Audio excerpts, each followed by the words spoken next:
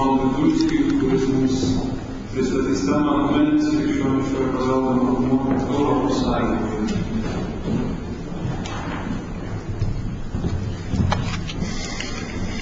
Gerbiami konferencijos dalyviai,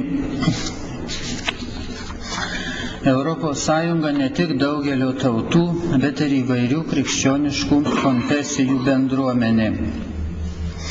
Krikščionių susiskaldymas skaudi ir tikėjimo vienybę pažeidžianti problema ir kaip tokia ne kartą jau buvo apgailėta įvairių konfesijų ir įvairių bažnyčių vadovų, viešai ta kaltė išpažinta ir prisijimta. Tačiau šiandien paklauskime, ar iš apgailėtino krikščionių susiskaldymo negalime rasti ir kokios nors naudos.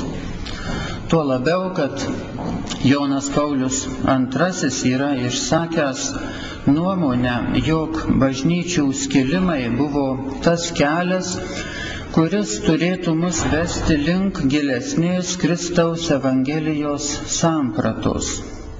Tai yra, kad mes turėtume pasinaudoti skausmingą bažnyčios suskilimo patirtimi ir rasti joje galimybę pasinaudoti geresniam krikščionybės supratimui. Visų pirma, šičia galvojame apie katalikų ir stačiatikių, tai yra rytų ir vakarų bažnyčių dvasinius turtus ir jų abipusius mainus.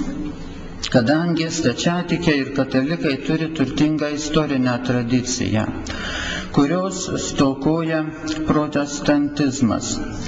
Tačiau pastarasis, tai yra protestantizmas, labiau akcentuoja dabarties religingumą, tai yra dabartinį Dievo ir žmogaus santykį. Ir kaip toks mokymas yra taip pat labai įdomus ir naudingas katalikams. Bažnyčios mokytojas Pranciškus Salezas yra pažymėjęs, kad negali būti viena tik dvasingumo forma. Įvairių pašaukimų krikščionys turi naudoti skirtingas jų gyvenimo būdą atitinkančias dvasingumo priemones. Taip galima kalbėti apie įvairių krikščioniškų pašaukimų dvasingumą. Tačiau lygiai taip pratęsiant Pranciškaus Salezo mintį galime kalbėti apie ekumeninį dvasingumą, suprantant jį kaip įvairių krikščioniškų konfesijų patirties visumą. Turime geranoriškai atsiverti atsiskyrusiųjų brolių puoselėjamoms autentiškai krikščioniškoms vertybėms, atpažinti tai, kas kitose nekatalikiškose konfesijose yra tikrai krikščioniška ir tikrai vertinga. Tapdami jautresni atsiskyrusių brolių ir seserų dvasiniai patirčiai, geriau suvokiame ir savąją katalikiškąją tradiciją ir krikščionybę apskritai. Galime šičia, žinome, pridėti, matydamas priešai save, kad mes galėtume ir iš judaizmo arba ir iš kitų religijų, ką nors nepažeisdami krikščioniškos tapatybės, perimti tam tikrus akcentus. Apie ekumeninį dvasingumą galima kalbėti, nes ekumenizmas kilo veikiant šventosios dvasios maloniai. Tai nebuvo vien žmonių žmogiškos pastangos. Pastanga gyventi pagal Kristaus mokymą vyksta visose krikščioniškose bendruomenėse. Todėl visos krikščioniškosios bažnyčios yra, kaip teologija sako, į išganymą vedančios realybės. Tai yra, visos krikščioniškos bažnyčios veda žmonės išganymo keliu. Todėl ir visi pasiekimai ekumenizmo kelyje yra ne tik geros valios žmonių, bet ir šventosios dvasios veikimo rezultatas. Ekumeniniam judėjimui pradžią davė ir jo tolesnį vystymąsi inspiravo žmonės pasižymėję giliu tikėjimu ir didžiu pasitikėjimu šventosios dvasios veikimu. Tai buvo asmenys gerai žinomi savo šventų gyvenimu. Džonas Henry Newmanas, Polis Couturier, Yvas Congar, popiežiai Jonas XXIII ir Paulius VI, Konstantinopolio patriarchas Atenagoras, Aleksandras Menis, brolis Rože, Jonas Paulius II ir kiti. Globalus ir integruojantis požiūris į įvairiose krikščioniškose konfesijose esančias vertybės kuria autentišką ekumeninį dvasingumą. Kristaus bažnyčios gyvenimas iš esmės turi būti katalikiškas. Tai yra pagal to žodžio etimologinę prasme, visa apimantis. Jis turi vesti į tiesos pilnatvę. Gyvas šios tiesos pilnatvės troškimas turėtų gaivinti tiek konkrečios dalinės bažnyčios gyvenimą, tiek atskirų tikinčiųjų religinę praktiką. Anot kardinolo Lehmano, Kristaus bažnyčios širdis glūdi ne joje pačioje, bet šalia jos, Jėzuje Kristuje.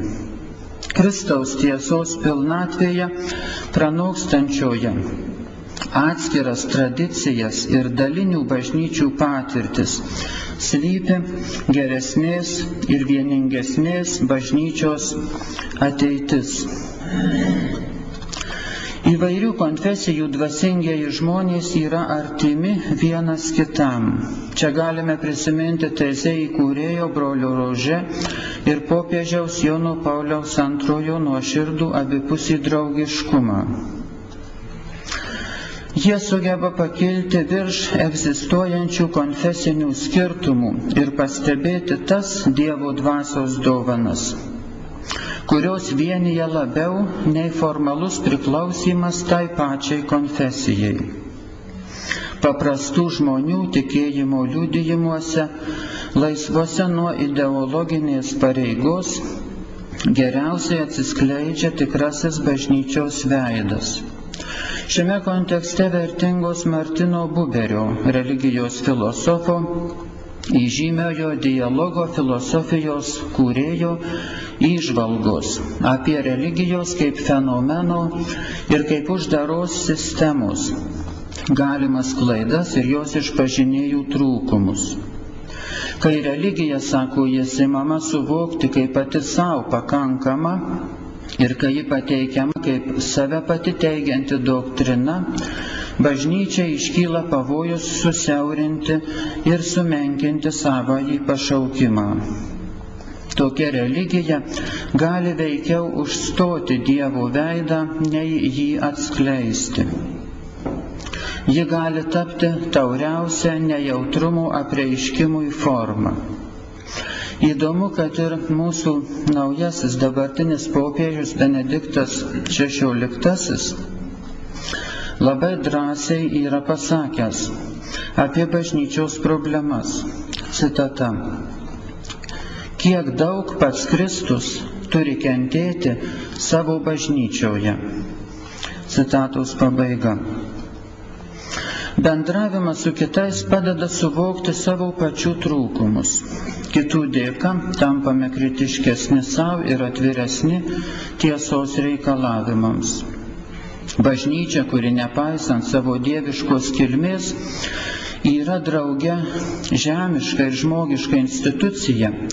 Viešpaties Jėzaus yra nuolat šaukiama atsinaujinti ir išlikti atidi šventosios dvasios įkvėpimams.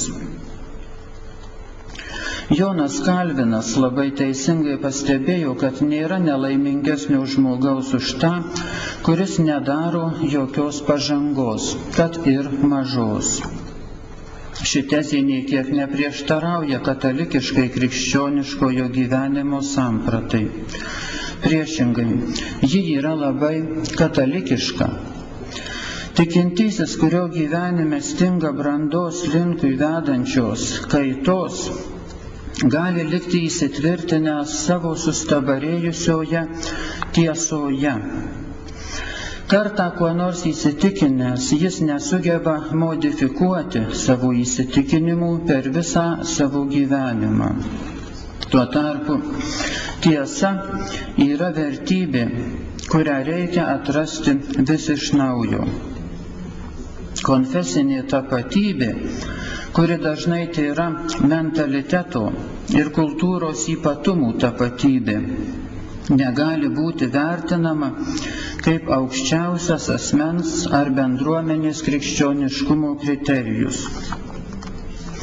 Būtina išmokti atpažinti antraeilius konfesinės tradicijos elementus ir pasistengti suvokti bendrųjų tikėjimo pagrindų gelmę. Pabaigos pastabos. Ekumenizmas tai ne tik dialogas tarp skirtingų konfesijų krikščionių, bet ir iššūkis ir paskata nuolatos gilinti savo krikščionišką įtikėjimą ir skaidrinti gyvenimą. Ekumeninis dialogas nieko neverčia išsižadėti savo tapatybės, tačiau akina kitų supratimui ir pagarbai. Be abejo, ekumeninis įsipareigojimas jokių būdų neturi nustelbti mūsų noro pažinti visą savosios katalikų bažnyčios dvasinių turtų panoramą ir gelmę. Atpažindami atsiskyrusių brolių krikščioniško gyvenimo vertybės, juo labiau esame pašaukti įsigilinti į dvasinį lobyną, kurį randame katalikybėje. Teze įkūrėjas brolis Rože tikino, kad katalikai turi didį pašaukimą – tarnauti visų krikščionių susivienijimui. Krikščionys katalikai, jūs nešiojatės vardą, kuris jūs įpareigoja. Katalikiškumas, ekumeniškumas, universalumas – tai tos pačios reikšmės žodžiai, sakė brolis Rože. Todėl būti kataliku tai turėti plačią, universalią širdį, atvirą visoms Dievo malonėms, kokiose konfesijose ar religijose jos bepasireikštų. Ačiū už dėmesį.